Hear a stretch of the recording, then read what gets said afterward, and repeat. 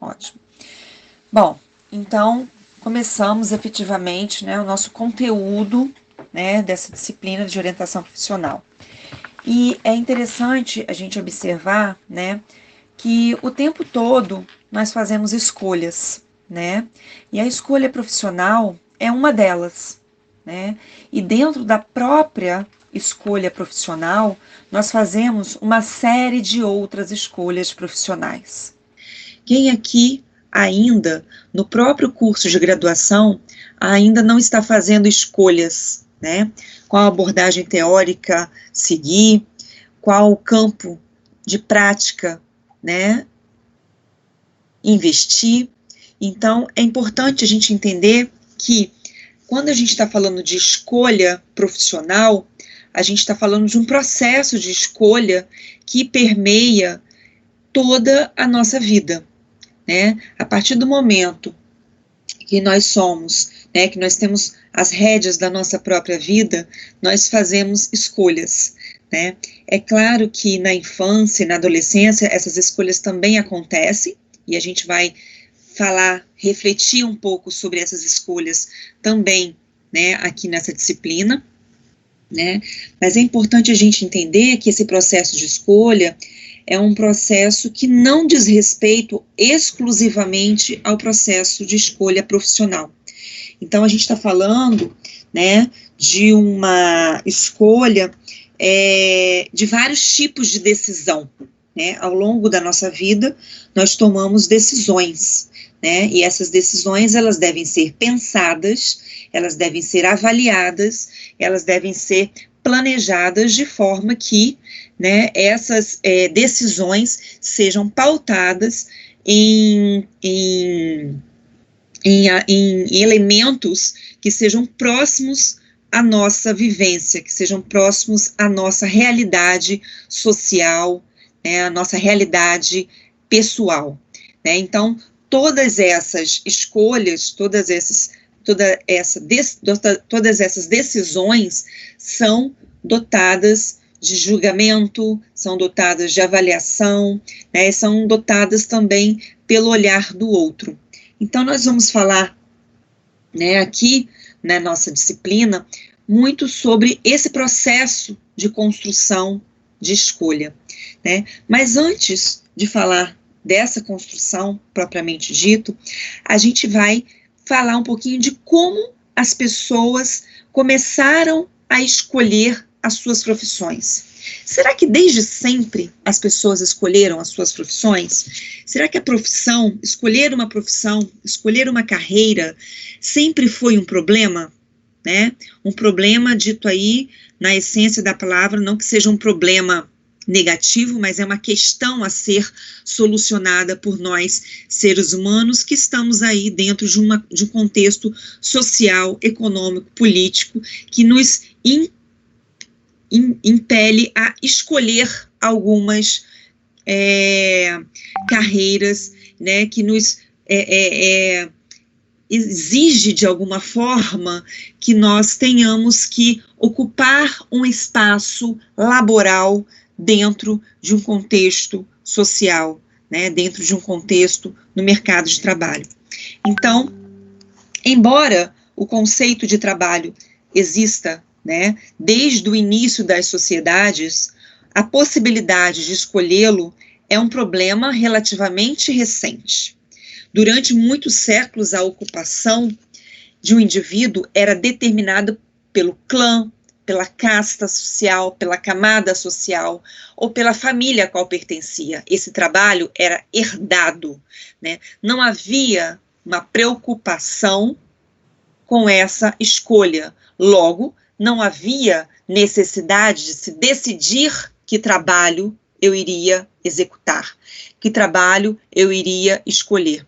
A família, o clã social, já fazia essa escolha por ela mesma. Então, no final do século XIX, né, na transição para o século XX, começa a se observar o aumento significativo dos processos de industrialização e de intercâmbio comercial. Então, essas esses eventos, né, a industrialização, né, o surgimento do capitalismo, né, a globalização, ela veio não só iniciar, mas, sobretudo, potencializar a necessidade de nós escolhermos carreiras. Por quê? Na passagem do feudalismo para o capitalismo, né, nós observamos que os homens que trabalhavam começavam a ter necessidade de comprar coisas, né, que o capitalismo produzia, né? Então, ao invés de trocarmos alimentos, de trocarmos o trabalho por uma moradia, né, as pessoas começaram a ter que trabalhar para comprar, para consumir, né? E à medida que nós entramos numa era, né, em uma sociedade onde se é necessário consumir, logo eu tenho que ocupar, eu tenho que escolher uma carreira que seja, né, suficientemente boa, que me dê um status social e econômico para que eu possa alimentar os meus desejos, alimentar as minhas necessidades, das mais básicas às mais subjetivas. Então, né, essa necessidade de se escolher uma profissão, ela caminha junto com uma transformação social, econômica e política, né? Se vocês bem se lembram também, na passagem do século XIX para o século XX, nós temos também não só o surgimento da psicologia como um todo, né, a sua desvinculação, né, da filosofia, bem como o surgimento da psicologia organizacional e do trabalho e sua desvinculação da administração. Então, veja que todos esses eventos, eles caminham simultaneamente e, de alguma forma, recebem contribuições e interferências do meio social, econômico e político vigente, certo? Então, nesse sentido, em 1902, nasce a psicologia vocacional com a instalação do primeiro escritório de orientação profissional em Munique. Muitos outros escritórios também foram abertos, né, na França, na Suíça, na Inglaterra. Parsons foi considerado o precursor da orientação profissional e em 1909 publica o livro Choosing a Vocation, certo? Strong foi um outro autor importante também da orientação profissional e ele publicou o primeiro inventário de interesses vocacionais. E como sempre, né, gente, nós temos dentro da história da psicologia um autor que idealiza, que tem uma certa idealização mecanicista, né, no sentido de construir uma máquina para fazer um prognóstico, né, e prever o êxito de uma pessoa nas diversas ocupações. Né? Nós vimos lá na história da psicologia, em Schultz e Schultz, vários daqueles autores mecanicistas, né, que comparavam, né, o desenvolvimento, comparavam o funcionamento, né, do nosso psique, né, a uma máquina, mais especificamente a uma máquina de relógio, né, onde nós poderíamos aí trocar uma peça, substituir uma peça que estivesse com defeito. Então, essa questão, né, de sempre o homem sempre buscar uma máquina, sempre buscar em uma máquina, né, uma solução, né, de uma questão, uma solução de um problema, que nesse caso, nesse momento, começava a aparecer, sempre existiu, né? A questão da substituição das máquinas, a questão da valorização das máquinas não é recente, né? Ela já data aí até mesmo anteriormente, né, mais no início do século XIX, mas a gente marca, né, a história da orientação profissional nessa virada do século XIX para o século XX. Então, na América Latina, o Brasil e a Argentina foram os pioneiros. No Brasil, em 1924, nasceu com um trabalho de orientação profissional no Liceu de Artes e Ofícios de São Paulo, desenvolvido por Roberto Mangi. Em 1931, foi criado o primeiro serviço de orientação profissional por Lourenço Filho. Eu coloco essa observação, né? Estudos de Hawthorne, 1924, Escola das Relações Humanas, não sei se vocês bem se lembram, em psicologia organizacional, quem teve psicologia organizacional comigo certamente vai se lembrar que nessa época se começou, né, os estudos, né, de Hawthorne. O que foram esses estudos de Hawthorne?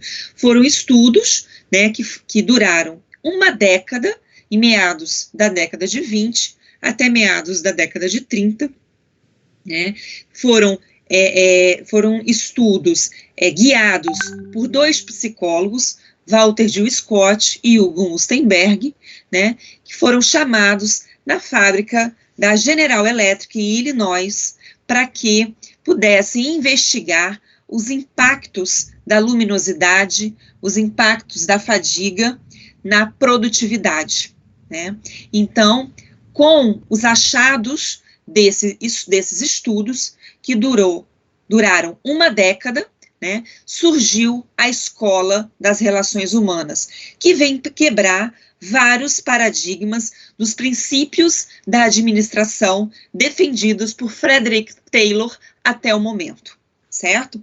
Então, é importante a gente entender esse momento histórico, porque exatamente nessa época que estava acontecendo essa revolução, né, essa primeira luz, né,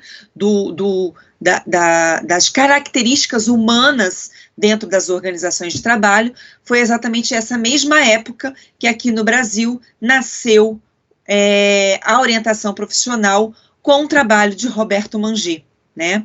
E se vocês também bem se lembram, né, um dos resultados mais importantes desse estudo de Hawthorne, que inclusive justifica o nome da escola, né, Escola das Relações Humanas,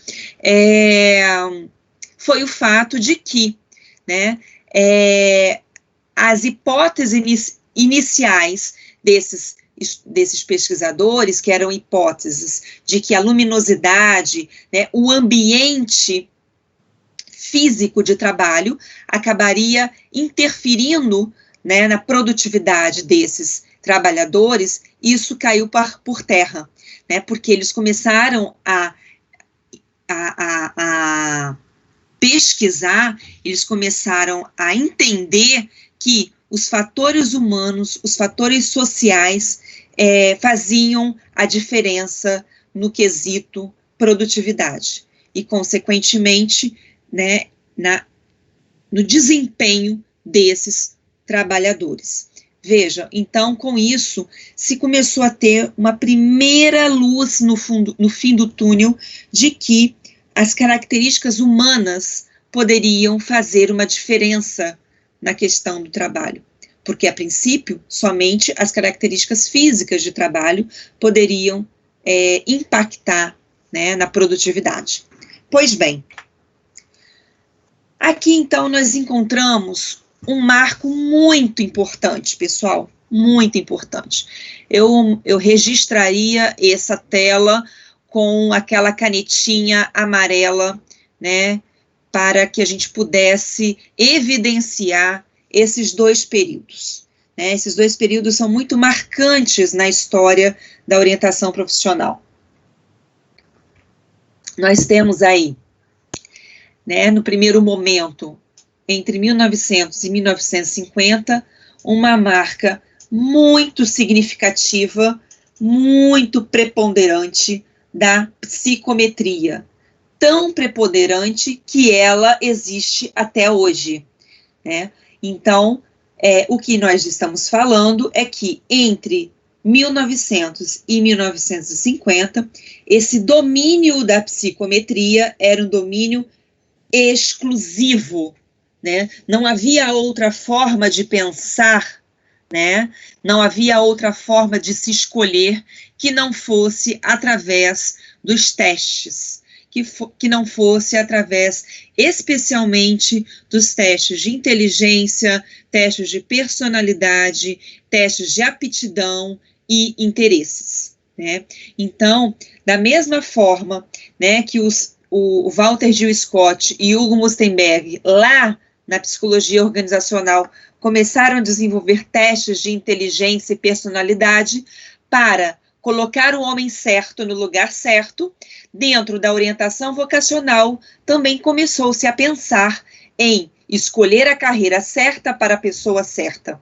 Ou seja, partia-se do princípio que o teste, como um instrumento, né, poderia contribuir, né, para encontrar características de personalidade, características da inteligência, características das aptidões e interesses dos indivíduos que pudessem ser aproveitados as oportunidades profissionais existentes na época. Ou seja, nada mais, nada menos do que colocar o homem certo no lugar certo, ok? Então, nós vimos nesse período uma ênfase, um domínio da psicometria, né? Psicometria, né? Medida psicológica, medida da psique. Então, a partir de elementos, né, da psicologia, poderia se medir. É claro, né, que esses instrumentos, eles foram desenvolvidos pelos psicólogos daquela época, especialmente Walter Gil Scott e Hugo Mustenberg, tá?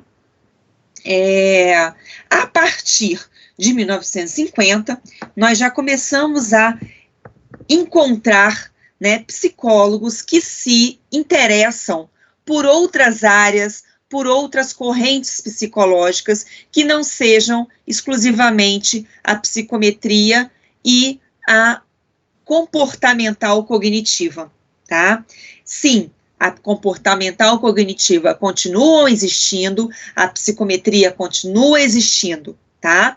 Porém, a gente começa a perceber trabalhos, estudos, né, em outras correntes psicológicas. Entre elas se destacam a psicodinâmica, a decisional e a desenvolvimental, ou também denominada desenvolvimentista. Essas correntes, então, apresentam uma concepção completamente diferente daquela que existia até então com o domínio da psicometria, né? Elas apresentam novas interpretações para o problema da escolha profissional. Então, gente, é nesse ponto que eu gostaria de enfatizar, né, a nossa aula de hoje e, a partir da nossa aula de hoje, todas as nossas próximas aulas, né? Nós falamos na nossa primeira aula que, ao contrário do que a maioria das pessoas podem pensar, né, a disciplina orientação profissional, ela não vai focar nos testes psicológicos, nos testes que visam aferir, mensurar características psicológicas para a orientação de carreira, né? Nós vamos aqui abrir esse leque, explorar novos caminhos dessa orientação profissional, tá? É claro que nós vamos falar sim de psicometria, nós vamos falar sim do uso de testes, mas não iremos entrar especificamente em nenhum desses testes. Nós vamos, no momento oportuno, nós iremos sim falar sobre os testes existentes no mercado, porém não iremos entrar nos testes propriamente ditos. Nós iremos enfatizar, gente, nós iremos explorar, né, algo que tem sido fortemente desenvolvido pela psicologia da orientação profissional, né, que é a ênfase na psicodinâmica, no sistema familiar, no sistema social, no autoconhecimento. Aí você pode me perguntar, Reivane, mas então essa orientação profissional, ela vai bater de frente com, muitas vezes, com o mercado de trabalho? Por quê? O mercado de trabalho é altamente competitivo, o mercado de trabalho exige prazos, exige tempo, exige rapidez, né? E as pessoas, naturalmente, acabam internalizando também essa dinâmica, que é uma dinâmica social. Então, gente, os testes que hoje existem para aferir características, né, psicológicas, de modo geral, são testes extremamente importantes, são testes validados, né, que passaram por todo o protocolo de construção, de validação de um teste psicológico. E vocês bem sabem, a gente vai falar um pouco também sobre isso depois, mas só antecipando, os testes psicológicos são administrados, digamos assim, são inspecionados pelo SATEP-SI, né, ligados ao Conselho Federal de Psicologia. Portanto, apenas psicólogos podem comprar, aplicar e avaliar testes psicológicos, ok? Então... Oi, Reivane. Pois não, quem é? Posso perguntar? É o Bruno. Oi, Bruno. Vamos lá. Reivane, só para reafirmar uma coisa assim que a gente vê muito na Veiga, os testes estão aí, eles têm a sua função, mas a gente nunca pode desconsiderar o contexto da pessoa. Um teste sem contexto diria até uma maldade com o ser humano. Perfeito. Né? É uma alienação, na verdade, sendo mais preciso. Eu vou dar até um exemplo meu, assim, para ficar bem claro. Eu já fiz um teste é um teste online, ele é validado, ele é britânico, de um grupo que estuda, sério, o estudo é bem sério mesmo, eles estudam muito. Sim. E aí deu lá umas características, ele é baseado em Myers-Briggs, em aquelas características. Aí eu fui pesquisar assim, empregos para esse tipo de personalidade. Se eu seguisse a risca, eu poderia apostar numa coisa que não me agrada, que existe vaga até nessas grandes corporações para esse tipo de personalidade, mas eu, me conhecendo, eu falo, eu não sou um cara das corporações, eu gosto da educação, gosto ali de estar num a um com a pessoa, com o cliente. Então, isso também é importante, porque às vezes a gente acredita no teste e dá um tiro no pé, por uma cegueira.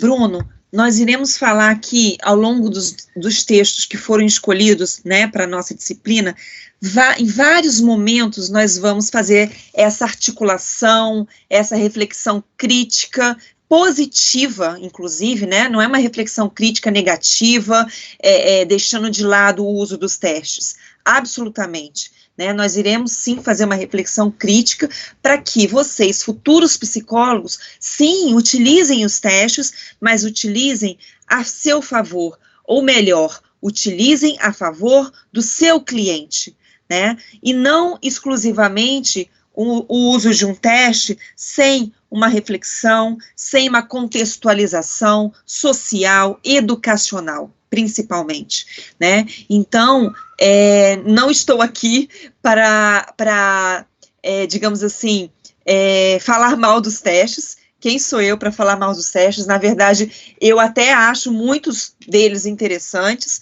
né, acho que assim como a anamnese, as entrevistas, né, as dinâmicas de grupo, os grupos operativos, todos esses são, na minha visão, ferramentas que o psicólogo pode obter, né, pode desenvolver para trabalhar com orientação profissional. Se ele vai trabalhar em grupo, se ele vai trabalhar individual no seu consultório, se ele vai trabalhar numa instituição educacional, sendo essa instituição educacional no ensino médio, ou já no ensino superior, ou vai trabalhar também dentro de uma organização, né, laboral, enfim, numa ONG. A gente vai passear aqui nesta disciplina sobre todas essas áreas, né?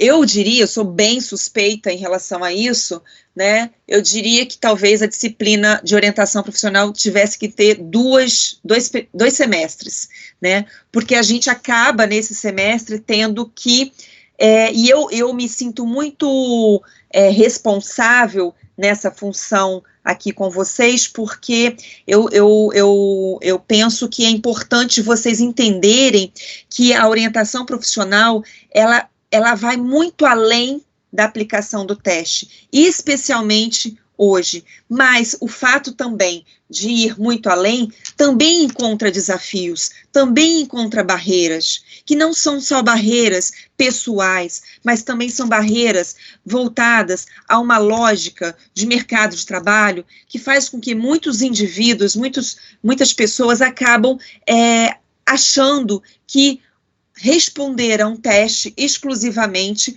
vai dar conta, né, de satisfazer todo um processo de escolha, todo um processo de decisão, né?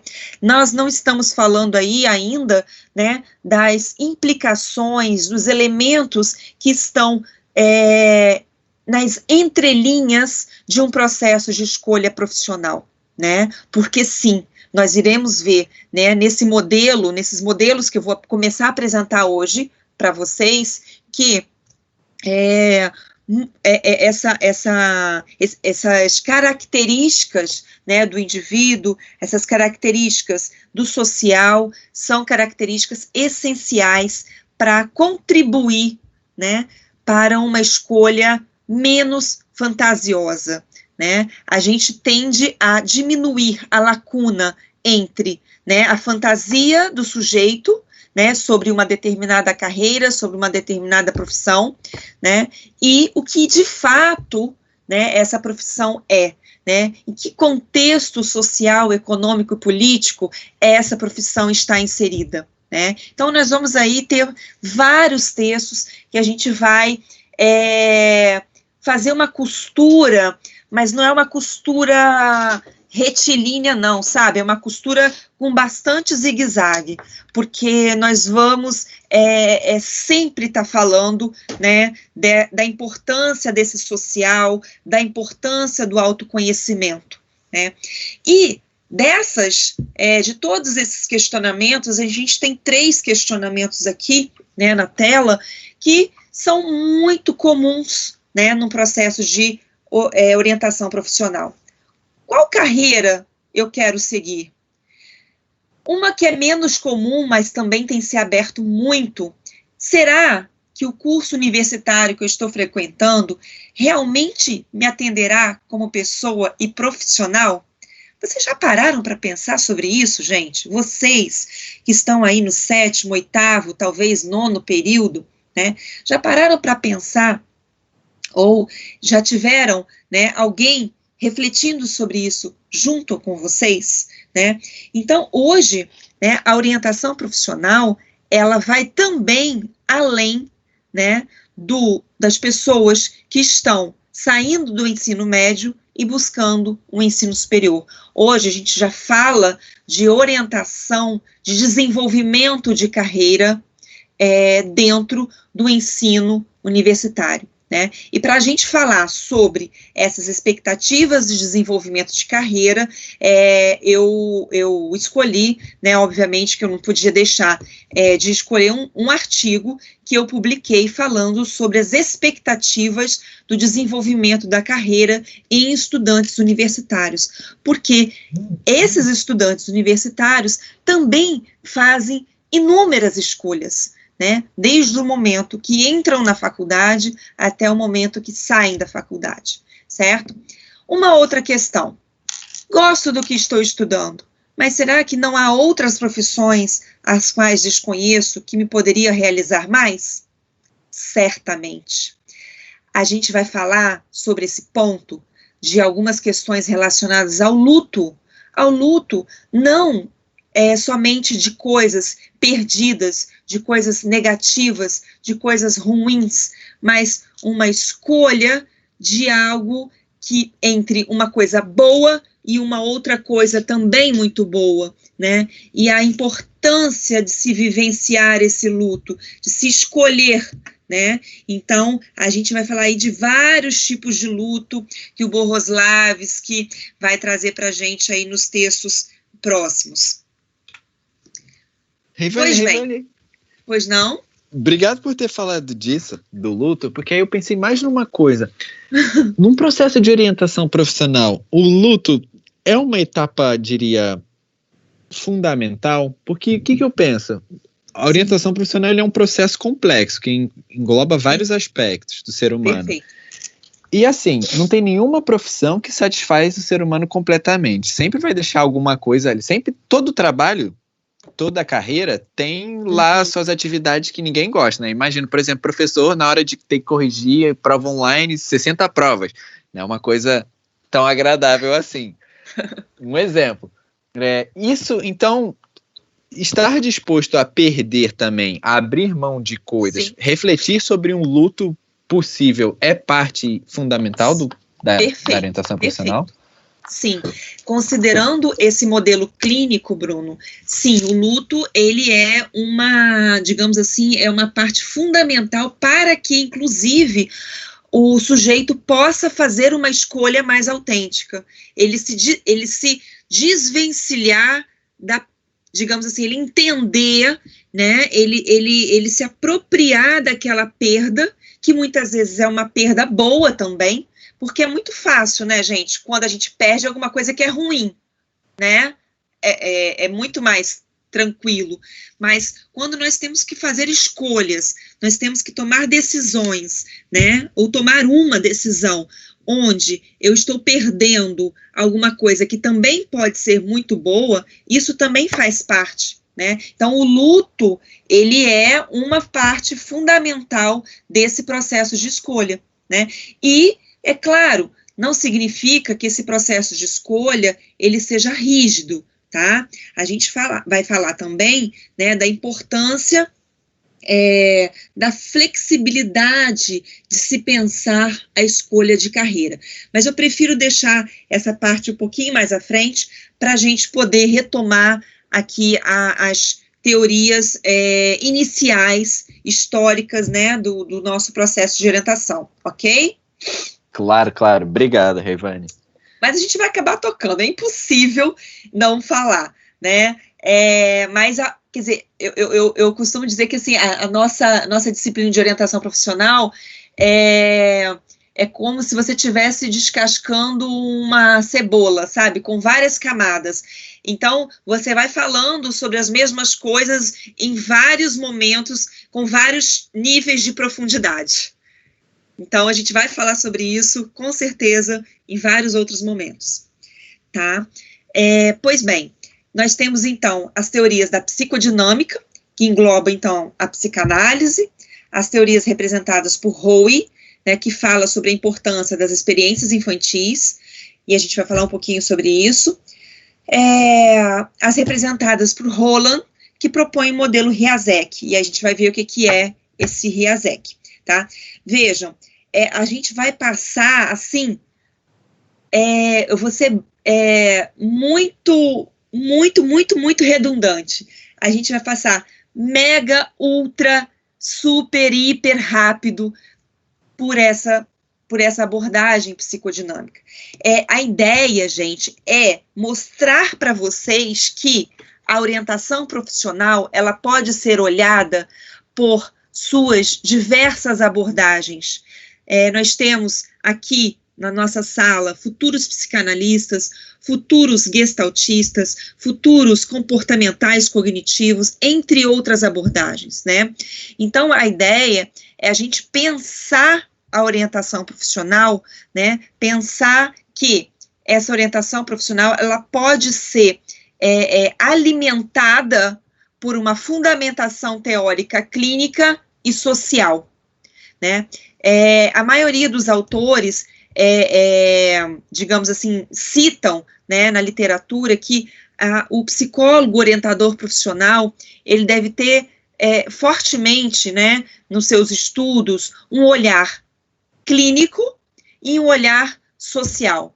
Clínico, porque ele vai dar, né, ele vai ter uma escuta, ele vai ter um olhar sobre aquele sujeito, sobre aquela singularidade, sobre a subjetividade daquele indivíduo, e que só ele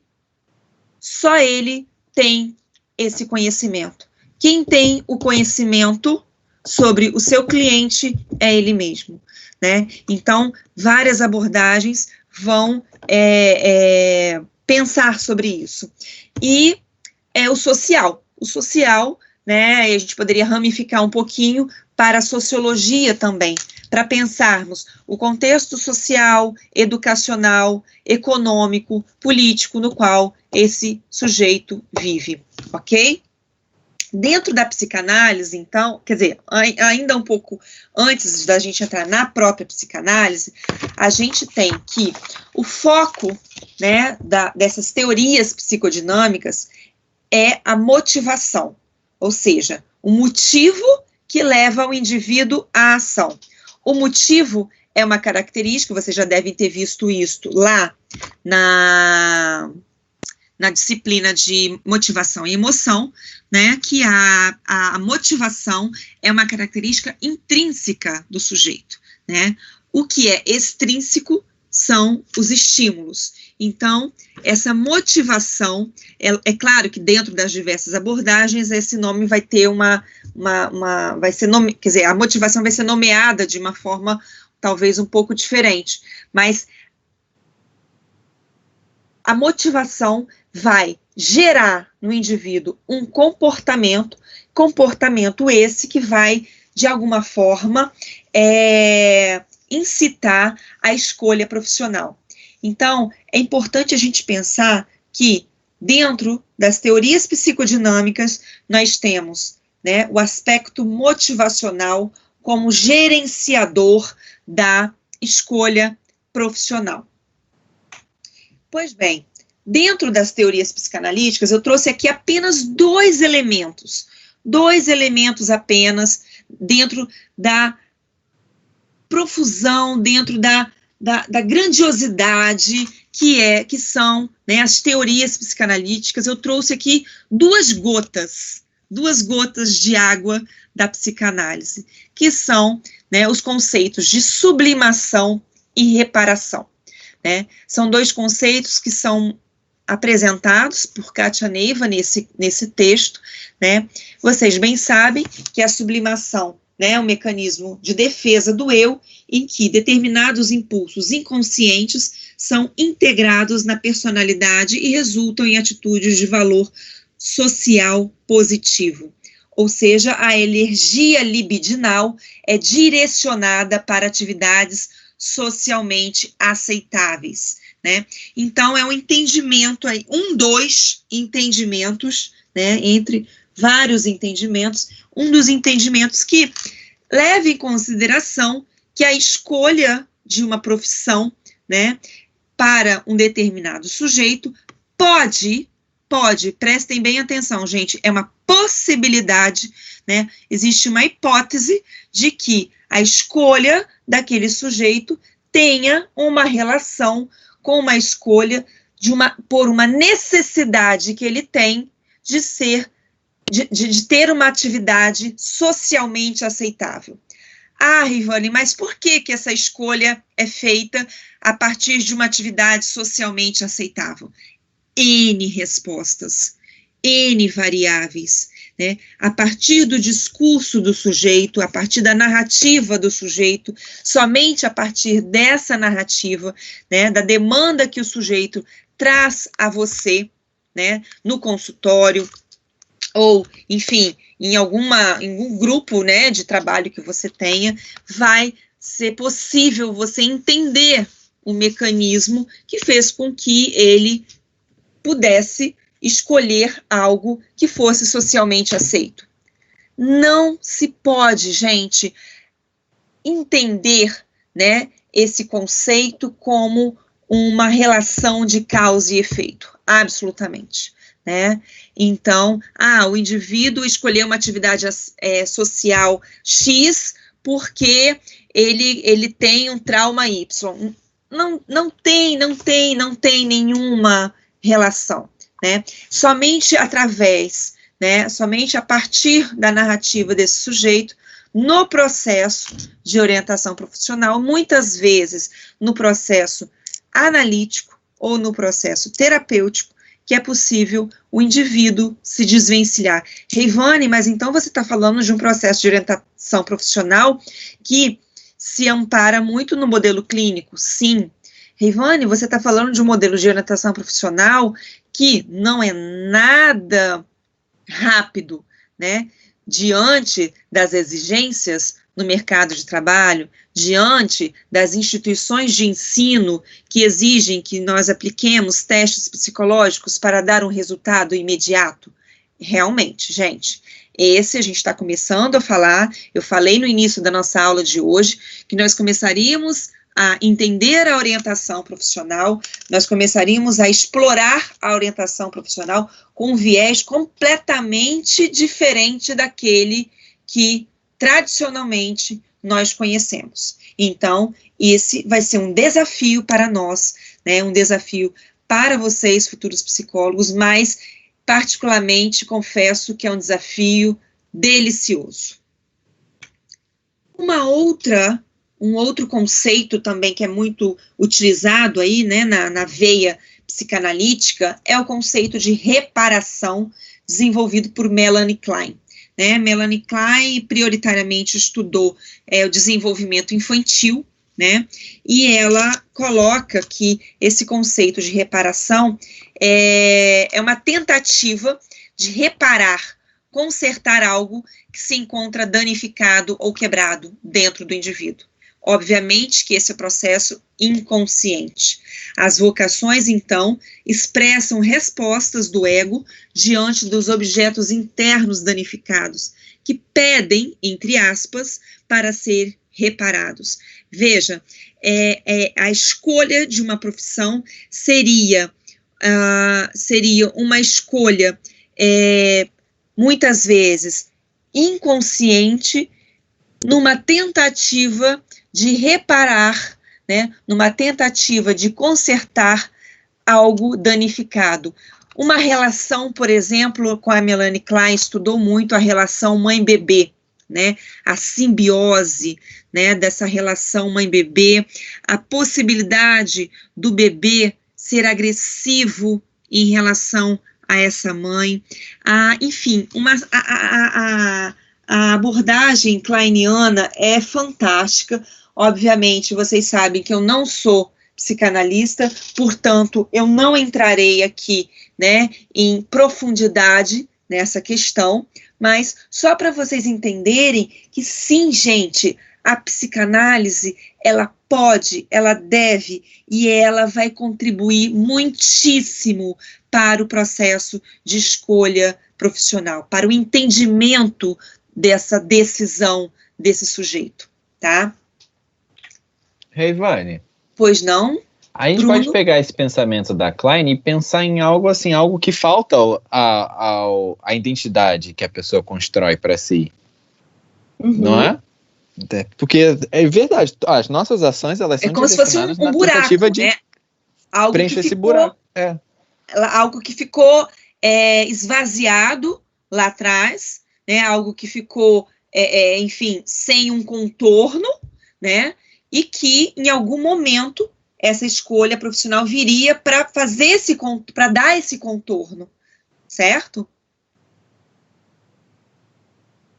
Sim, sim, eu acho que faz todo sentido. Eu vejo por mim mesmo, minhas escolhas têm aqui, ó, uma busca de preencher buracos. O desejo é isso para a psicanálise, até pensando psicanaliticamente. Sim, sim. Eu acho fantástica essa análise, né? E sim, a gente vai perceber através de Bohuslavski, que é um autor um pouco mais contemporâneo, embora já falecido, né? Que ele aponta, né? Ele vem de uma influência psicanalítica, né? Ele aponta a importância das identificações, né? No processo de construção da nossa identidade, né?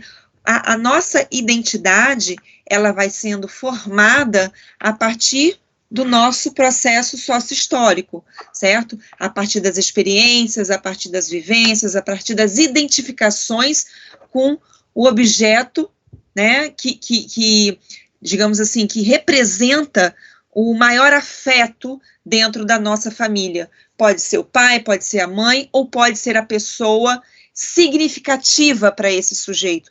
Não necessariamente o pai ou a mãe, né, biológicos, certo? Então, a pessoa que tem, né, uma representação de importância, de valor significativo. Então, essas identificações que vão acontecendo ao longo do desenvolvimento, né, que começa desde a infância, da tenra infância, até, né, ad eterno, eu diria, né, essas identificações, né, formam a nossa identidade pessoal.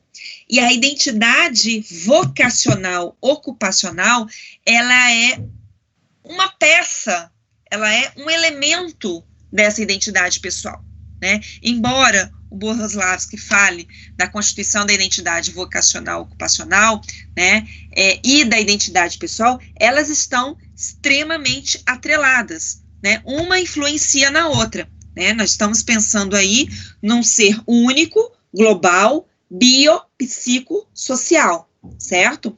Então, nesse sentido, a construção de uma identidade vocacional ocupacional, ela anda de mãos dadas, né, com a nossa identidade pessoal. Pois bem, dentro ainda do primeiro grupo, né, que é a psicodinâmica, nós temos o modelo de Rowe. O modelo de Rowe também segue, né, um pouco esse olhar da psicanálise, né, que vai considerar especialmente as experiências infantis no seio da família de satisfação e frustração de necessidades básicas. Então, como, né, desde o bebê, né, desde das primeiras experiências infantis, como que a relação, né, com essa família, né, e a gente não está nomeando que família é essa, né, a gente está falando de uma família que tem afeto, de uma família que cuida, certo? Mas que também vai possibilitar experiências de frustração. Por que eu falo possibilitar experiências de frustração? Porque a possibilidade de aprendizagem, né, de uma frustração, ela também é essencial para a constituição da identidade, da subjetividade desse sujeito, né? A própria Melanie Klein, vocês já devem ter ouvido falar, num termo chamado mãe suficientemente boa. A mãe suficientemente boa é aquela mãe que dá tudo. Na hora que o bebê chora, ela está lá contendo o choro. Na hora que ele está com fome, ela vai lá e amamenta. Na hora que ele está lá sujinho, ela vai lá e limpa. A mãe suficientemente boa é aquela que satisfaz todas as necessidades daquele bebê imediatamente? Não, jamais. Jamais. Senão o bebê fica psicótico, vira sujeito psicótico. Né? E colocando aqui, né, na questão da escolha, né, essa questão da frustração, né, é muito importante aprender sobre a frustração, né, não só, né, na vida profissional, quer dizer, não só na vida pessoal, mas na vida profissional, nós iremos nos deparar o tempo todo com frustração das necessidades, né?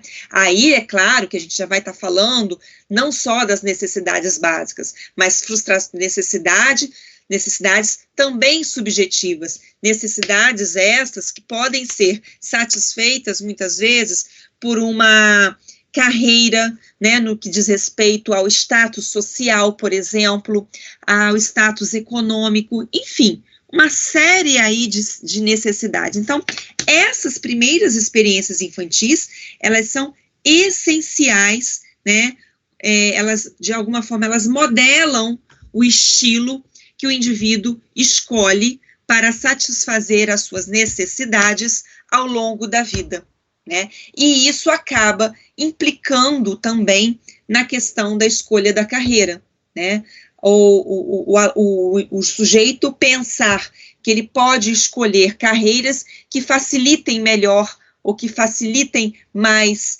a sua vida. Enfim, essas atribuições, essas percepções, elas são muito singulares, mas elas acontecem muito, né? O fato por que o indivíduo, alguns indivíduos escolhem determinadas carreiras dos seus pais, mesmo não tendo as aptidões, mesmo não desejando, né, tendo um enorme desconforto, né, mas muitas vezes escolhe pela facilidade, né, que tem de já ter, por exemplo, um ambiente de trabalho estruturado, já ter clientes, já ter enfim, eu estou falando aqui, gente, um dos exemplos, mas o fato de uma pessoa escolher uma profissão são, assim, os motivos que levam a pessoa a escolher uma profissão são os mais variados possíveis. Essa análise da satisfação e frustração é um dos elementos que podem ser contemplados no processo de escolha, num processo de decisão profissional, certo? O terceiro grupo, ainda do grupo da psicodinâmica, nós temos o modelo Hyazek. O modelo Hyazek, ele é formado por 6 características. Essas 6 características, elas são características de personalidade, né, que o Roland desenvolveu, né, e essas 6 características de personalidade também dizem respeito ao contexto social, ao ambiente que o indivíduo se encontra. Então, segundo Roland, essas 6 características, né, elas são descritas de forma a indicar qual delas ou quais delas são mais específicas em relação ao indivíduo. Então, geralmente, a gente não tem uma ou outra, muitas vezes essas características se apresentam aí numa gradação, né, de proporcionalidade, porém, essas características, elas têm que ser pensadas, esses indicadores, né, eu gosto bastante de usar essa palavra indicador, porque como esse é um teste de personalidade, por exemplo, e é um teste, inclusive, que ainda é vendido na Mago Psicotestes, ele deve ser utilizado com cuidado, né, assim como qualquer outro teste, porque ele é um teste que vai indicar características de personalidade, né, que tem a ver com muitas carreiras, Talvez todas essas principais características tenham a ver com todas as carreiras, né, em maior e menor grau. Né, o que vai fazer a diferença, muitas vezes, é exatamente aquilo que a gente estava falando no início da nossa aula de hoje, a análise do ambiente, né, esse ambiente, esse indivíduo, ele vive num ambiente mais artístico, mais empreendedor, mais investigativo, né, então, a sincronia, né, o casamento entre as características que naquele momento de vida que o sujeito respondeu a esse teste, casado com as características ambientais, podem indicar algumas carreiras. Vejam, indicam algumas carreiras. Nenhum teste, pessoal, ele tem a capacidade de indicar uma única carreira especificamente. Não tem. Se a gente for considerar, então, na nossa atualidade, a profusão de carreiras que nós temos, né, surgimento de novas carreiras, nós temos aí uma série de possibilidades, de arranjos, de análises combinatórias aí entre as características de personalidade e as características desse sujeito, ok? Reivane? Sim? Tem uma coisa que ainda não ficou clara para mim. Você vai continuar em Hyazek? Não, vou passar agora. Pode falar. É que só não ficou claro. Eu posso usar o Hyazek, por exemplo, para pensar em possíveis ambientes que uma pessoa trabalharia, por exemplo, vamos fazer o RIASEC pensando como você trabalharia nesse ambiente X, ou no ambiente Y. Poderia, ô Bruno, porque o teste RIASEC, ele é pensado, né, dentro das teorias da personalidade. Então, essas características, né, de alguma forma, elas descrevem, digamos assim, potenciais características do sujeito. Então, se eu caso essas potenciais características do sujeito com determinados nichos de trabalho que tem também uma descrição, né, por exemplo, um âmbito mais organizacional, né, mais de business, né, talvez fosse importante ter uma característica mais empreendedora, né, talvez sociável, mas veja que todas essas características, elas podem, na sua combinação, porque assim, cada indivíduo vai ter uma combinação específica, vai ter um arranjo específico, certo? E aí, de acordo com a análise das carreiras, do ambiente social no qual esse indivíduo vive, você vai poder fazer essas indicações, mas são, vejam, possibilidades, e não uma única possibilidade, certo? Sim, peguei. Muito obrigado. Dentro, então, da corrente decisional, então a gente já saiu, nesse momento, a gente sai da corrente psicodinâmica, tá? A corrente decisional é uma corrente que vocês vão perceber que tem um amparo teórico mais da psicologia social cognitiva, tá? E aí, os autores Geller e Hilton, eles reforçam a importância desses dois conceitos. O processo de decisão como sendo sequencial, né, e a dissonância cognitiva, que vem, né, da psicologia social cognitiva. Então, primeiro ponto, decisão sequencial, né? Nós temos pequenas, várias decisões experimentais para se ter uma decisão terminal. A gente tem uma ideia, né, o senso comum, principalmente, tem uma ideia de que a decisão ela é tomada repentinamente, né, que a decisão ela é colocada, né, de uma forma muito automática, muito repentina. Porém, né, nós sabemos, a partir da psicologia social cognitiva, que o processo de decisão é um processo também que engloba outros dois elementos psicológicos. Alguém se arrisca a dizer quais seriam, além do comportamento? Sentimento.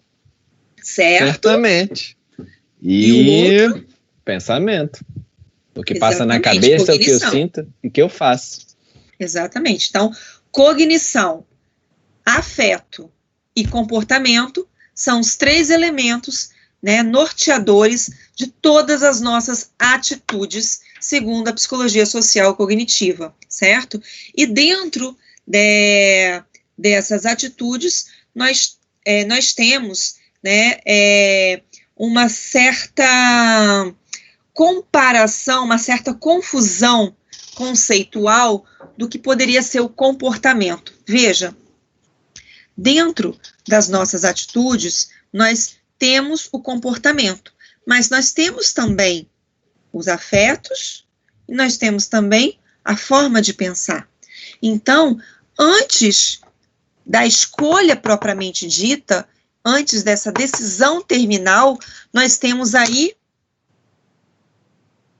nos influenciando crenças, pensamentos, ideologias, né, hábitos, uma série de pensamentos sobre uma determinada carreira, por exemplo.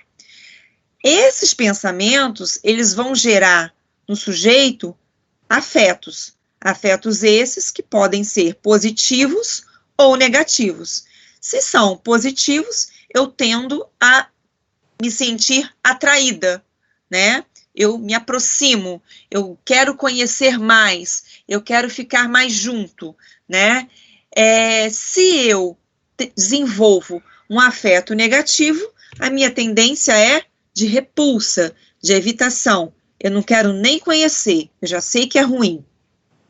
Há controvérsias, né? Então, o processo de tomada de decisão, pessoal, ele vai implicar, né, nessas várias pequenas decisões que o sujeito vai pensando, né, vai articulando, né, porque a decisão, aqui nesse momento, a gente está falando até mesmo do processo decisional em todos os âmbitos da nossa vida, entre eles de uma profissão, tá? Então, para se escolher uma profissão, assim como para se tomar, por exemplo, uma decisão para casar, para comprar um objeto, para mudar de um país para o outro, ou até mesmo de uma cidade para outra, o processo de decisão não implica em apenas uma avaliação, ela implica em várias avaliações, em várias pequenas decisões experimentais. Ok? Ficou claro isso, gente?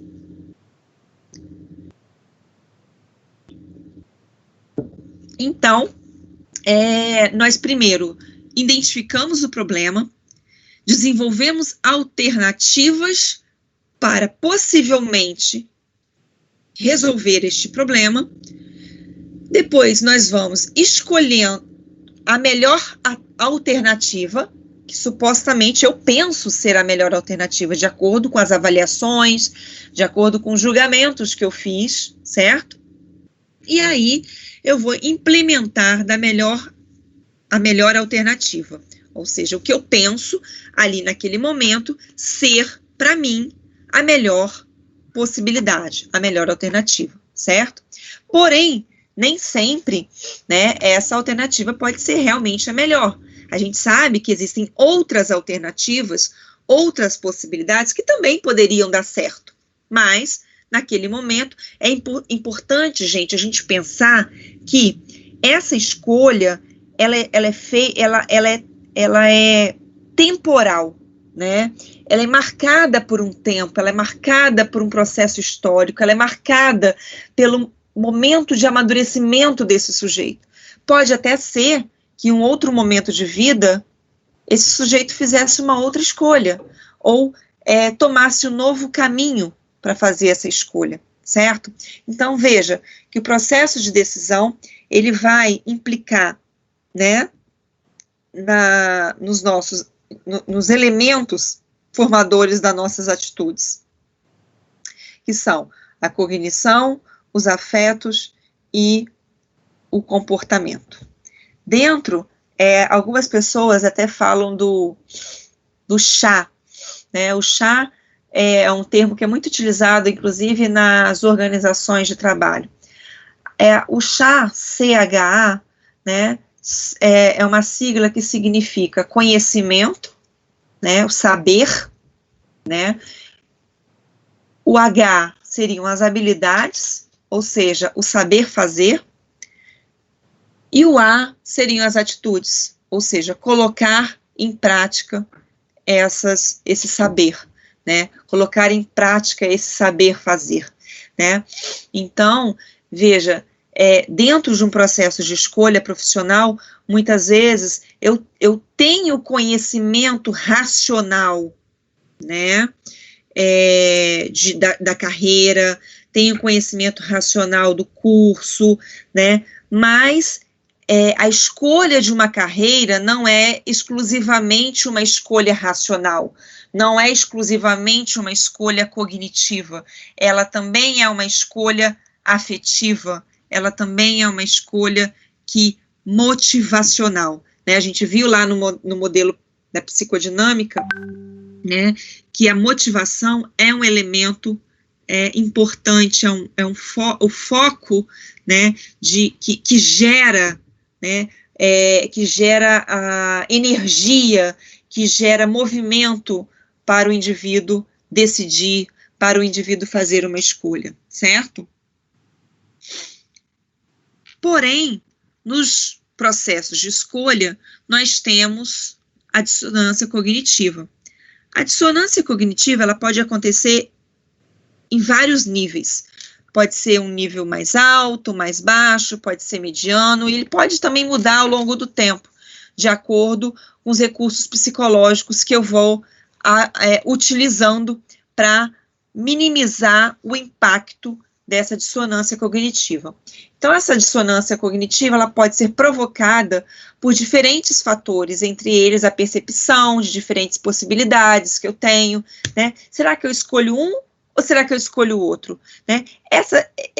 A carreira X tem vantagens, mas a carreira Y também tem vantagens, né? Então, esse vai e vem, né, que também provoca um desconforto cognitivo, é denominado de dissonância cognitiva, né? A dissonância cognitiva, ela também pode ser eliciada a partir de pressões sociais, né? A pessoa se sente pressionada a ter que escolher uma determinada carreira em detrimento dos seus desejos, em detrimento da sua forma de pensar, etc. Isso acontece muito, por exemplo, na relação familiar com o adolescente. Muitas vezes a família é uma família pressionadora, né? Uma família que não dá suporte a esse indivíduo no sentido de conversar sobre o processo de escolha e acaba sufocando esse sujeito na escolha profissional, né? Então, a gente vai ter um texto falando também sobre esses modelos de família que podem repercutir positiva ou negativamente no processo de escolha. Ainda na corrente decisional, nós temos Recherson e Rorty, que postulam que a escolha ocupacional é determinada por duas tendências: a eliminação progressiva de alternativas que não são, né, as quais eu não me identifico, tá? Aquelas que eu já tenho certeza, né, que não gosto, que não desejo, que não faz parte, né, do meu jeito de ser, né, e simultaneamente o reforçamento das alternativas que não foram excluídas. Então, né, psicologicamente você vai eliminando as alternativas que não são escolhidas, que teoricamente não satisfazem as suas necessidades, e reforça aquelas que satisfazem essas necessidades, tá? Então, simplesmente, o Rorty e o Recherson simplesmente apresentam para a gente um mecanismo, né, como se fosse mais uma chavinha que funciona aí dentro de todo o processo de escolha profissional, segundo esse modelo de decisão sequencial, ok? Por fim, então, nós temos, mas não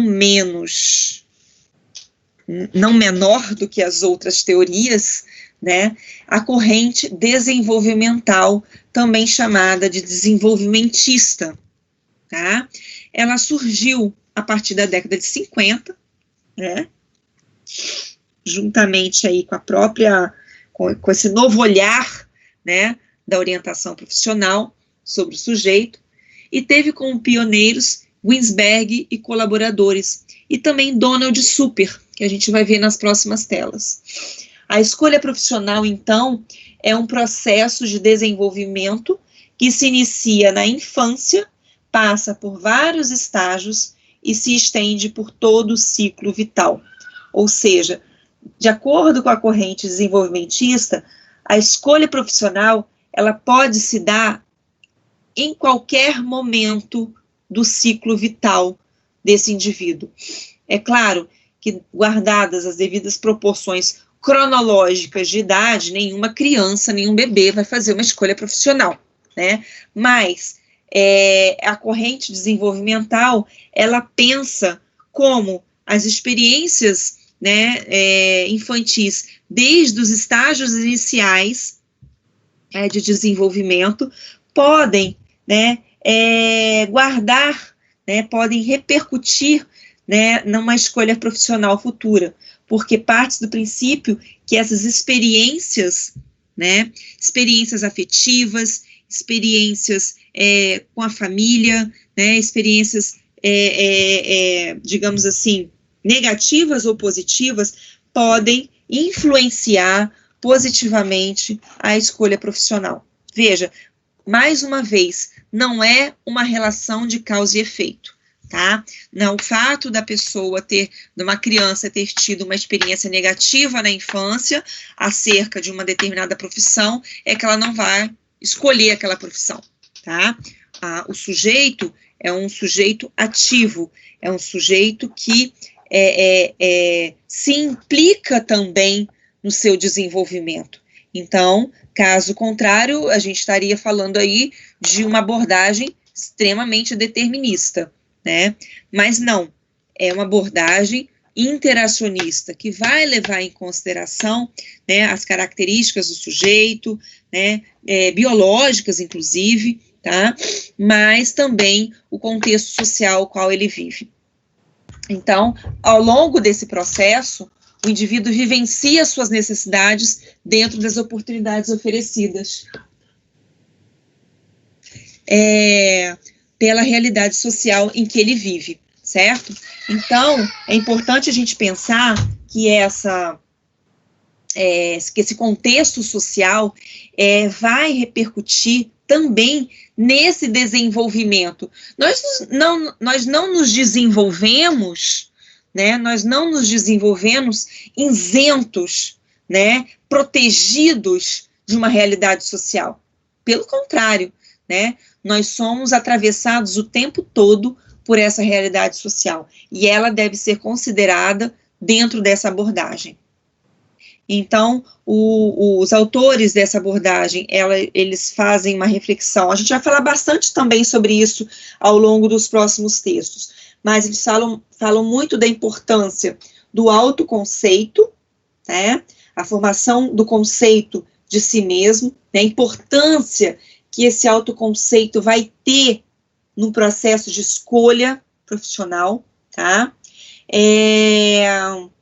E esse autoconceito também vai influenciar nas aprendizagens que esse indivíduo vai ter, nas internalizações, nas apropriações que esse indivíduo vai ter e vai, consequentemente, futuramente, contribuir para a escolha profissional e a satisfação no trabalho. Então, dentro desse modelo de desenvolvimento profissional, né, desenvolvimento vocacional, né, a gente vai trabalhar muito a questão do autoconceito, tá? E esse autoconceito, ele pode ser trabalhado nas diversas abordagens clínicas teóricas, entre elas a psicanálise, a gestalt, enfim, tá? Pois bem, a gente tem aqui um quadro, né, do Donald Super, onde ele propõe 5 estágios do desenvolvimento, né? É importante a gente entender que esses estágios, eles não são estágios rígidos, assim como Piaget, quando ele desenvolveu os estágios de desenvolvimento infantil, né? Sensório-motor, pré-operatório, operatório formal, concreto, né? E depois o formal, né? E ele traçou ali algumas faixas etárias. Da mesma forma, Donald Super, nesses 5 estágios, eles também não são etapas estanques, né? Não são etapas rígidas, né? Essas faixas etárias são flexíveis, certo? Porque vai depender do contexto social, vai depender da estimulação que essas pessoas têm, vai depender do engajamento que cada um tem sobre si mesmo, sobre a procura, enfim, uma série de características aí que a gente vai falar também ao longo das nossas aulas. Mas então, ele coloca, né, que nós passamos aí, né, algumas vezes, inclusive, né, por vários desses estágios de desenvolvimento vocacional, né, o crescimento, a exploração, que corresponderia à adolescência, o estabelecimento, a idade adulta, a permanência e o declínio ou desengajamento.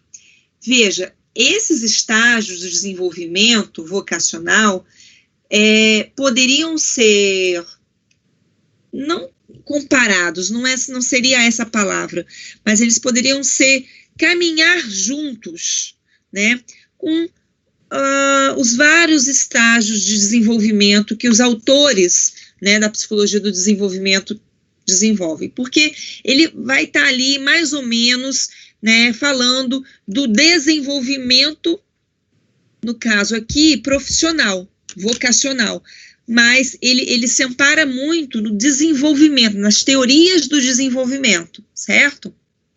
Então, esses seriam os 5 estágios, né?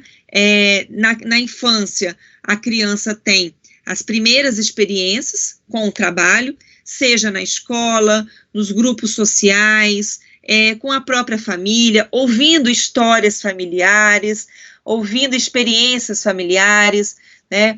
Ou simplesmente, gente, a aprendizagem vicária, né? A aprendizagem observacional, né? A criança, a gente sabe que ela aprende muito espontaneamente, né? Então, ela vai, a partir, né, da fala de um pai, de uma mãe, de alguém que é significativo para ela afetivamente, vai ter muito valor, vai ter muito impacto, né, no crescimento, no desenvolvimento vocacional dessa criança.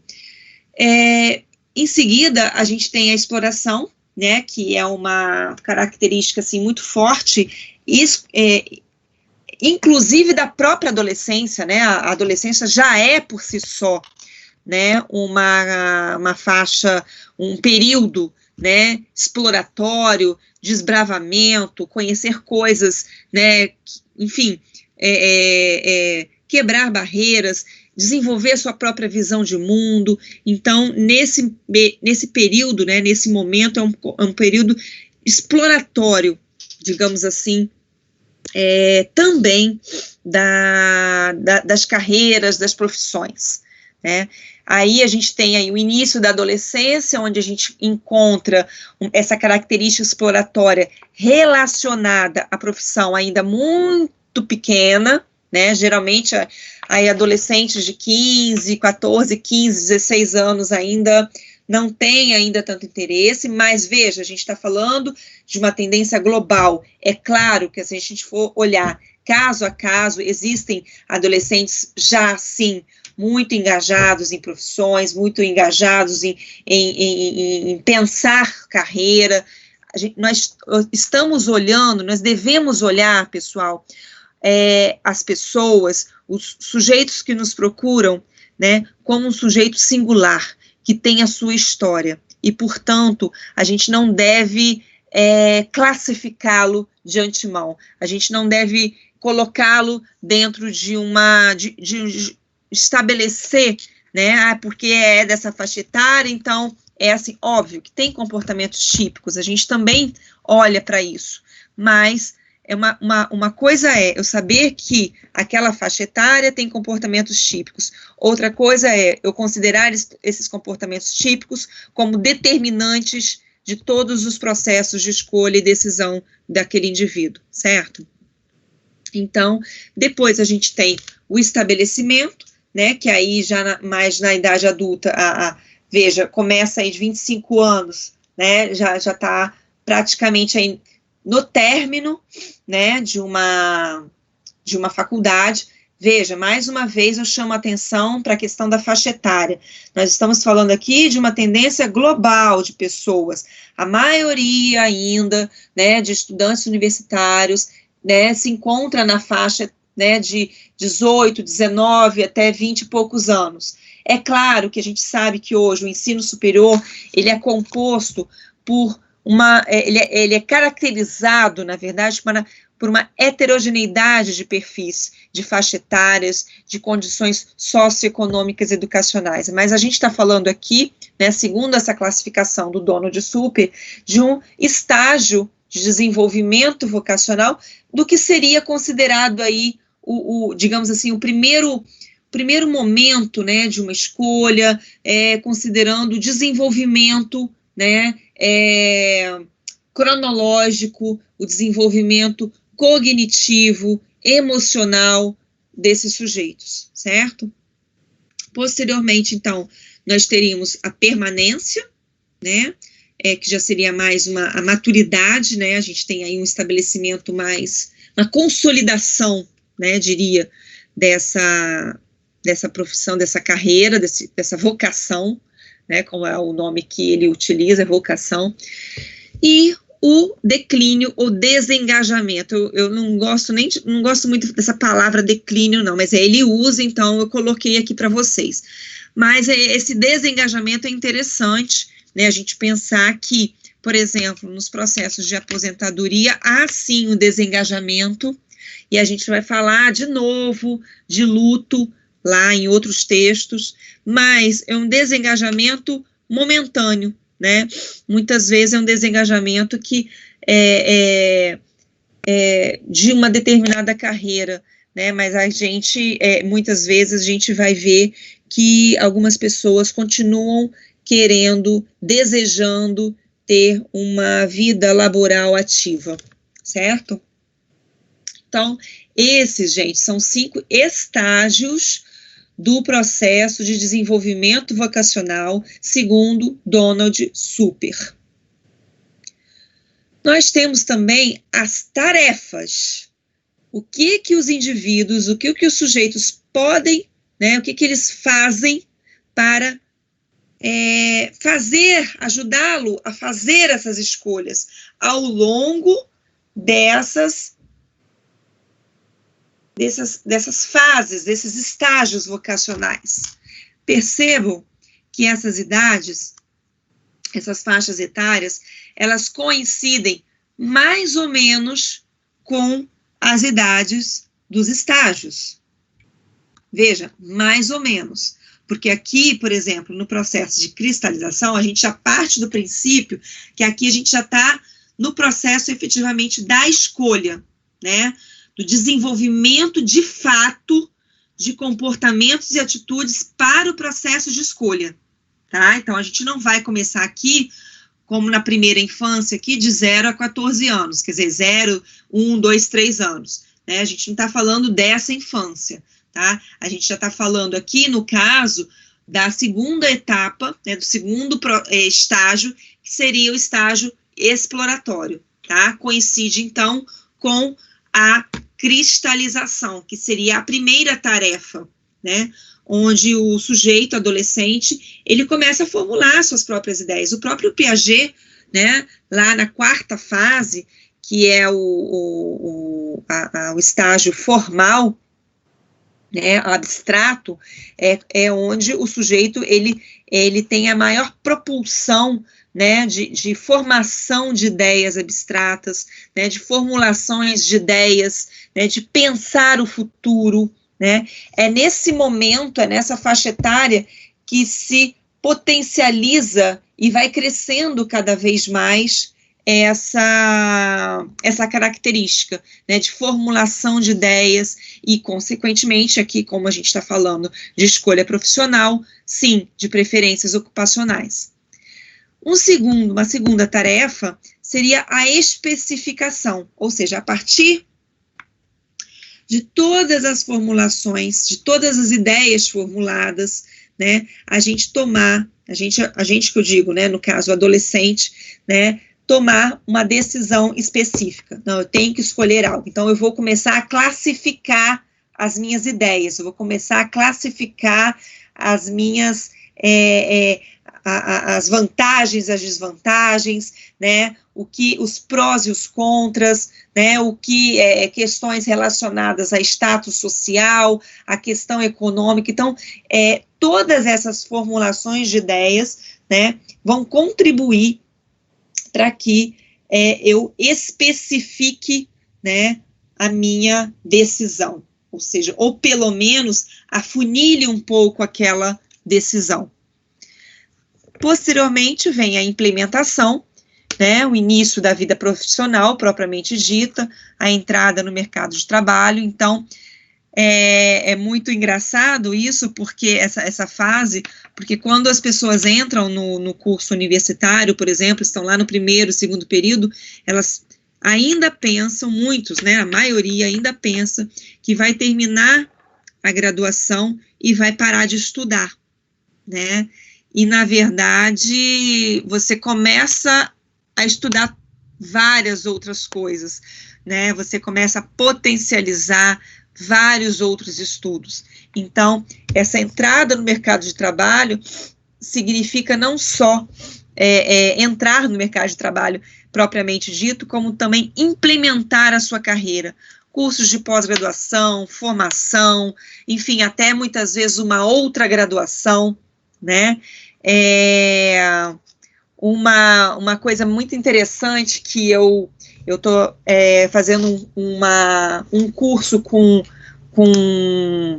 Leandro Carnal, e ele coloca, inclusive, na verdade, ele cita o Cortella em relação a uma questão que eu achei muito interessante no curso, quando ele fala da curadoria pessoal, né? Eu acho que nesse momento aí, o Donald Super não fala nada disso, tá, gente? É uma associação que eu estou colocando aqui para vocês, que eu acho que é muito válida, porque exatamente nesse período que a gente faz essa implementação, e o tempo inteiro a gente faz essa implementação, e a curadoria, né, pessoal, é um termo, na verdade, curadoria é um termo utilizado muito, né, na questão das artes, né, o curador, né, é aquela pessoa que vai escolher as obras as quais a população, né, a sociedade vai visitar, vai ver, vai apreciar, né, e aí ele usa, né, esse termo com o propósito de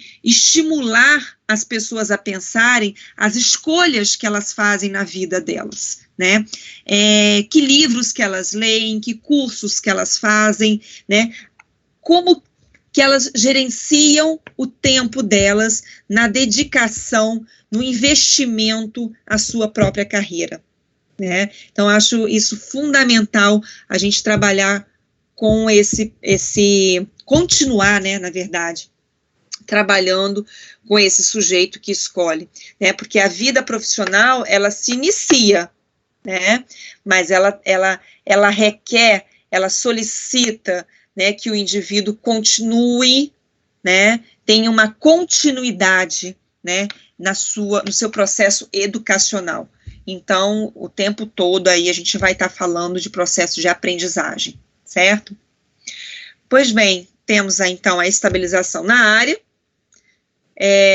estabilização essa, né, que a gente pode colocar aí como até relativa, porque não é hoje em dia, né, nós pensarmos no mundo globalizado que nós temos, nas diversidades de carreiras que nós temos, nas diversidades de modelos, né, organizacionais, profissionais que nós temos, pensar em estabilização como algo parado, como algo de fato que não vai ser modificado, é muito complicado, né? Eu diria que é bastante complicado. Então, é importante a gente sim pensar numa certa estabilização da área escolhida, mas não uma estabilização. São estabilizações momentâneas, eu diria, né? São momentos de estabilização, né? Você procura algo novo, implementa, estabiliza. Procura algo novo, implementa, estabiliza. Então, percebe que é um processo contínuo. E, por fim, a consolidação da experiência profissional, né, que se dá, né, segundo o Donald Super, a partir em torno, né, dos 35 anos, mas obviamente que isso vai variar muito de pessoa para pessoa, de cultura para cultura, certo? Nós temos aqui alguns conceitos, né, pois não? Essas tarefas que facilitam o desenvolvimento do comportamento e atitudes, elas consideram uma pessoa que está engajada na sua carreira, né?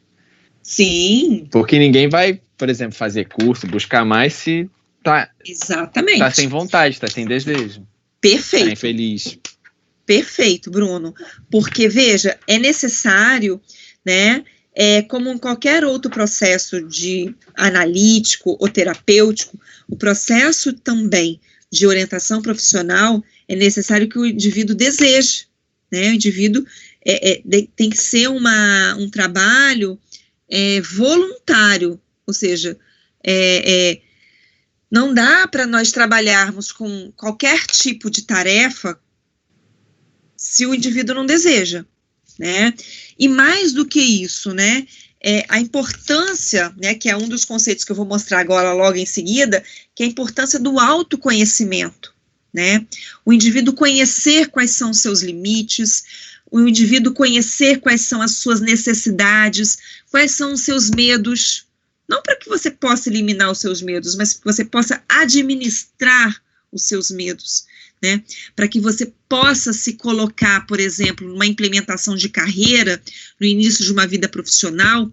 Muitas vezes, as pessoas, uma das barreiras, né, que se encontra, por exemplo, na entrada no mercado de trabalho, é o fato da pessoa necessitar de fazer, sabe o quê? Falar em público. Por incrível que pareça, né? Isso não estou falando em cursos de engenharia, em cursos da área de exatas, não. Eu estou falando dos cursos de humanas, e especialmente, inclusive, do curso de psicologia, tá? Onde as pessoas, sim, apresentam dificuldades.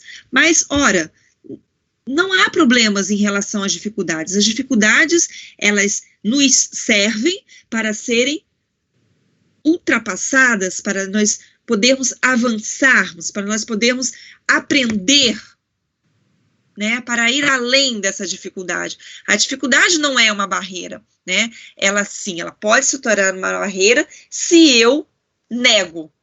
Se eu entrar no negacionismo, pronto. Aí isso vai dificultar a minha vida, né? É importante, inclusive, Bruno, que o indivíduo tenha consciência dessa necessidade, né? E consciência também das possibilidades que o mercado de trabalho oferece e das possibilidades que o mercado de trabalho oferece, inclusive, para ele criar dentro do que já existe, certo? Sim, ter uma percepção aí, eu diria, até sensível, né, para o que é necessário aprender, o que eu estou precisando, o que o mercado está pedindo, influencia muito, de fato. Não tem como tirar do contexto social. Muito. Então, essa análise, né, usando aí até a palavra que o Karnal tem usado, que é um pensamento estratégico, mas não só um pensamento estratégico. Um pensamento estratégico não resolve nada. O que resolve é a ação estratégica, né? Porque você vai ter, sim, um pensamento estratégico. O que seria pensar estrategicamente? Pensar sobre esses processos de aprendizagem, pensar sobre quais os cursos que eu vou fazer. A partir do momento que vocês se formarem, o que vocês estão pensando em investir? Né? É claro, gente, que tudo isso envolve questão econômica, envolve questão da administração do tempo. Veja, a gente não está falando somente de uma coisa ou de outra. Nós estamos falando aí de uma série de variáveis que vão ser protagonistas aí de uma análise complexa, né, da continuidade desse sujeito no mercado de trabalho e na escolha que ele fez, né? Então, já passou, né, o tempo de que, já se passou o tempo de que fazer uma faculdade resolvia todos os nossos problemas, né? É importante se fazer a faculdade, é importante ter um curso superior, seja ele, né, o ensino tradicional ou o tecnólogo, enfim, é importante, né? O diploma, né, a certificação, elas ainda são, digamos assim, uma legitimação daquela formação, correto? Mas não existe mais o indivíduo formado, né? Existe o indivíduo formando, ou seja, aquele que está em constante processo de aprendizagem, né? Então, aquela ideia que a gente tem lá no início, né, do primeiro período de qualquer curso, de que ao terminar a graduação eu não precisarei mais estudar,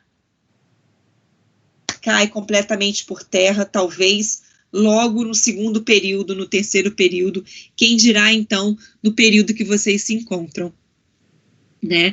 Provavelmente vocês já devem ter começado a pensar, né, sobre as próximas estratégias que vocês terão que tomar, né, aí na carreira de vocês, porque haverá então uma outra transição, uma transição do ensino superior para o mercado de trabalho. Falaremos novamente aí do luto, né? Nós falaremos do luto novamente nesse momento, mais à frente aí nas nossas aulas, porque essa transição do ensino superior ao mercado de trabalho também faz com que esse indivíduo se sinta desprotegido, se sinta desamparado, né, que ele não tem mais, né, o acolhimento institucional para, digamos, recorrer a algum tipo de falha, né, ele vai ter que recorrer por si mesmo, ele vai ter que recorrer por si próprio, certo? Pois bem, gente, nós temos então aqui alguns conceitos importantes, eu vou passar por eles assim rapidamente. São conceitos, alguns deles nós já colocamos aqui como autoconceito, né, que é um elemento importantíssimo aí nesse processo de escolha, porque, veja, quando a gente está falando em processo de escolha, a gente sempre está falando de algo que está externo a nós, né, eu vou escolher uma carreira, eu vou escolher comprar alguma coisa, eu vou escolher estar com alguém, tudo está fora, né, está no externo, porém, né, quando eu não amparo essa escolha no autoconceito, eu corro um grande risco de fazer uma escolha equivocada, ou minimamente que vai me provocar um grande desconforto, porque eu não estarei alinhado com as minhas características, ou seja, com a minha motivação, com as minhas atitudes, com os meus valores, com as minhas crenças e com os meus desejos, correto? Maturidade vocacional. Uma pessoa madura vocacionalmente é aquela que enfrenta as tarefas apropriadas a cada etapa da vida, de modo que provavelmente irá produzir resultados desejados. É a congruência entre o comportamento vocacional do indivíduo e a conduta vocacional esperada. Essa maturidade vocacional, né, ela só é possível ser visualizada a partir do momento que a pessoa entra no mercado de trabalho, né? Então, a pessoa tem ali, né, uma sincronia entre os resultados, o comportamento vocacional dela, né, do que ela escolheu, da carreira que ela escolheu, e a conduta, né? Quando a gente está falando de conduta, a gente está falando aí já de relacionamentos interpessoais, da atuação desse indivíduo dentro do contexto social, dentro dos contextos institucionais, por aí vai. Então, a conduta vocacional esperada, tá? Ela tem que estar sincronizada com esse comportamento, né? Então, geralmente, é o que o Donald Super coloca como maturidade. Um indivíduo maduro é um indivíduo que se comporta, né, e que tem condutas, né, que dialogam, né, que conversam, certo?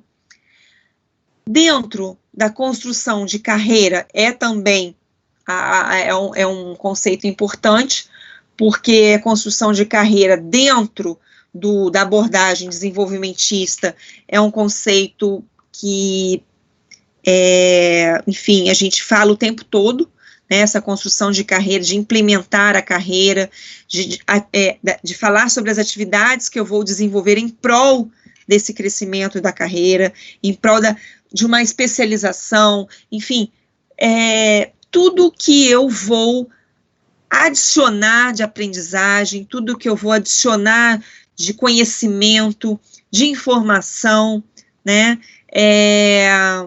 para essa profissão. E aí também poderia entrar, não é, né, mais uma vez eu friso isso, não é um conceito do Donald Super, né, mas um conceito do Cortella, citado por Karnal, da curadoria pessoal, quer dizer, quais são, né, as atividades que você pensa fazer para implementar a sua carreira? Ah, eu já tenho... Faz um curso de línguas, faz um curso de inglês. Não, já tenho inglês, então eu vou fazer francês, ou espanhol, ou mandarim, né? Eu vou fazer uma segunda graduação, quem sabe, né? Vou fazer uma pós-graduação, já que eu não posso fazer uma outra graduação, vou fazer uma pós-graduação que eu possa fazer um link com a graduação que eu faço, que eu já tenho, né? Enfim, uma formação clínica, né? Dentro da formação clínica, em que eu vou me especializar? Né? Em criança, em adolescente, em adulto, em idoso, né? Acho que é importante a gente pensar nisso. Adaptabilidade de carreira, ajustes do indivíduo à carreira ao longo do tempo. O tempo todo também, gente, iremos fazer adaptações, né? São esses pequenos ajustes que nós vamos fazendo, né? Por necessidades, enfim, pessoais, né? Ou necessidades do próprio mercado de trabalho, certo? E a saliência de papéis. A saliência de papéis, né, a gente está falando aí de papéis sociais que nós temos, tá, ao longo da nossa vida. Nós ocupamos vários papéis sociais, porém, em determinados momentos da nossa vida, alguns são mais salientes, alguns são mais fortes, alguns são mais, estão na ponta da nossa prioridade, né? Então, esses papéis sociais, eles vão contribuir também, né, para a questão da escolha profissional, para a questão da implementação profissional, né? Quantos de vocês já não pararam para pensar, olha, que momento de vida eu estou vivendo hoje, né? É bem provável que alguns de vocês, por exemplo, estejam fazendo a graduação e não precisem trabalhar, por exemplo. Não ocupam ainda esse papel social de trabalhador. Por consequência, isso vai dar possibilidades a vocês que pessoas, por exemplo, que trabalham durante todo o dia e vão para a faculdade à noite, não têm. Percebam, isso é um exemplo simples e até grosseiro, né, que eu estou usando, mas é importante a gente pensar que todos os papéis sociais, né, desde ser filho, mãe, pai, tio, trabalhador, aluno, professor, né, todos esses papéis sociais, em determinados momentos da nossa vida, são mais ou menos importantes, tá?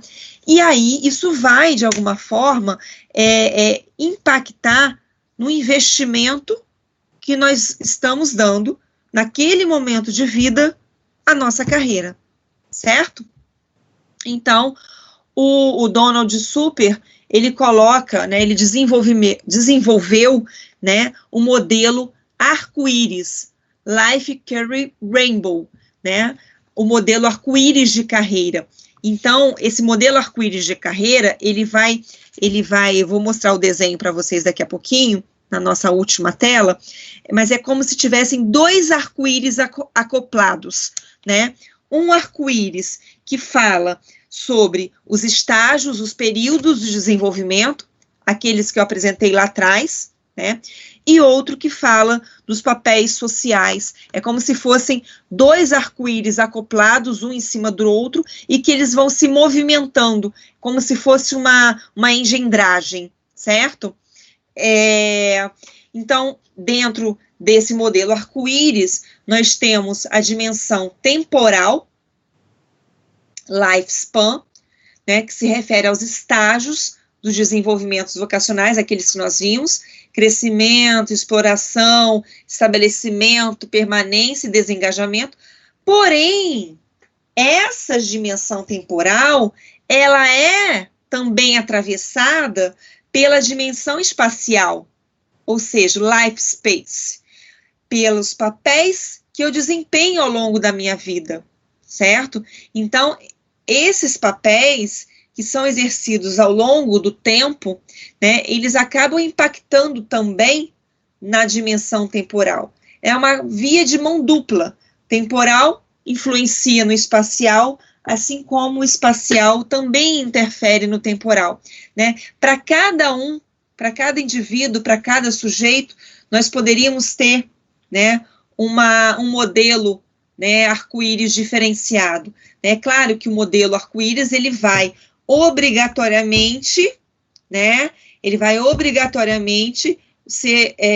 ser contemplado por esses estágios, né, vocacionais, como nós podemos ver aqui nessa figura, percebem? Crescimento, logo aqui no iniciozinho, né, do arco-íris, passando pela exploração. Percebam que juntamente com esses estágios, nós temos aqui as idades, né, que foi colocado aqui nesse gráfico de 5 em 5 anos, tá? Depois a exploração, estabelecimento, a manutenção, já mais lá no centro do arco-íris, e o declínio, né, a partir dos 65 anos de idade aí, em média, né? Lembrando, mais uma vez, que essas idades são idades flexíveis e são idades que foram pensadas, né, no momento que esse modelo teórico foi formulado, tá? Junto a isso, nós temos essa parte preta aqui no meio, que representa os papéis sociais. No caso aqui, né, filho, estudante, lazer, cidadão, né, enfim, trabalhador. Por exemplo, o filho, né, geralmente o papel social de filho mais preponderante, né, ele vai coincidir aqui, ó, quase que até esse branco, ele é mais forte, quase que no momento no período no estágio da exploração, né? O estudante também já entra um pouco. Veja que um papel social, ele, como é que eu poderia dizer? Ele está quase que simultaneamente em cima do outro, né? Eu não exerço um papel social ou outro, né? Eu exerço vários papéis sociais simultaneamente, porém, em algumas pequenas diferenças de faixa etária, eu posso ser mais, né, eu sou mais filho, por exemplo, até, por exemplo, em torno de 10 anos de idade, até a minha adolescência, eu sou mais filho, né, mas você já é estudante também, né, porém, percebam, quando a gente chega na adolescência, o papel social de estudante, ele ganha mais ênfase do que de filho, embora ele continue sendo filho e embora ele continue sendo estudante, e por aí vai, né? A gente tem aí, enfim, o quanto, né, que esse indivíduo investe em lazer, né, enquanto esse indivíduo ocupa, né, papéis sociais que possam lhe dar prazer, cidadão, né, no sentido de ser um indivíduo, né, que já, digamos assim, tem idade, né, para fazer as suas escolhas, já tem, lógico, isso é muito antes aqui dos 30, 25 anos, né, gente, a maioridade aí, né, 18 anos, alguns países ainda 21 anos, enfim. Então, tudo isso, todas essas características, tanto dos estágios, quanto dos papéis sociais, né, que a gente ocupa, tem uma interferência sócio-histórica econômica, né? Lembrando sempre que o indivíduo é um ser biopsicossocial, certo? E, portanto, para cada indivíduo, essa engendragem, ela poderia ter cores diferentes, ela poderia ter ênfases diferentes. Certo, gente? Ficou claro isso? Ficou, Reivane. Agora, uma dúvida. Esse gráfico saiu de algum estudo dele? Com alguma população? Esse modelo, essa obra do Super de 1990, né, fala de um estudo que ele fez, né, para poder, digamos assim, eu agora não vou me recordar, Bruno, de qual foi a amostra especificamente, mas foi feita a partir, sim, da observação de um estudo, né, de uma, digamos, de uma categorização a partir de observações, né, assim como, por exemplo, alguns autores do desenvolvimento, né, da psicologia do desenvolvimento, observavam, né, crianças, jovens, adultos, aí ao longo do seu desenvolvimento, o Donald Super também, né, desenvolveu a partir dessas observações, certo? Eu vou colocar para vocês depois a referência bibliográfica desse estudo específico, tá? Do Super 1990, porque aí vocês podem, lógico que, obviamente, com a internet, vocês podem já buscar isso hoje ainda, tá? Mas eu vou colocar para vocês essa referência bibliográfica completa, tá bem? Tá ótimo, obrigado. Obrigado pela aula, Revani. Nada. Gente, alguém mais gostaria de fazer alguma colocação, de fazer alguma pergunta nesse momento? Gente, deixa eu só descompartilhar a tela aqui com vocês, então, para eu visualizar o chat, caso vocês queiram. Não, ninguém se manifestou. Tá ótimo, Eric. Bom, gente, então, eu vou aguardar, né, receber no meu e-mail institucional a gravação dessa aula, para que eu possa postar lá no meu canal do YouTube, porque me parece que a extensão que a gente recebe da gravação não é uma extensão, não sei qual é a extensão que é, tá? Eu só sei que, assim, não são todos os computadores que abrem, né? Tem que ter um programa específico. Então, nos recomendaram, né, nos orientaram a subir para o YouTube, porque aí você tem o link, aí esse link eu vou postar lá no Fórum de Dúvidas, vou compartilhar também com vocês no Fórum de Dúvidas, e vou compartilhar também com o Djalma, que consequentemente vai colocar no grupo do WhatsApp também, tá joia? Vou só aguardar, só para vocês terem uma ideia, a aula de hoje de manhã, até o início da nossa aula agora da noite, não tinha sido enviada ainda. Então, isso pode levar um tempinho, tá? Então, gente, muito obrigada pela participação. Obrigada, Bruno, por suas considerações, tá? E nós nos vemos, então, na próxima terça-feira. Tudo bem? Combinados. Obrigado, Revani. A gente se vê, então. Um abraço, beijinhos.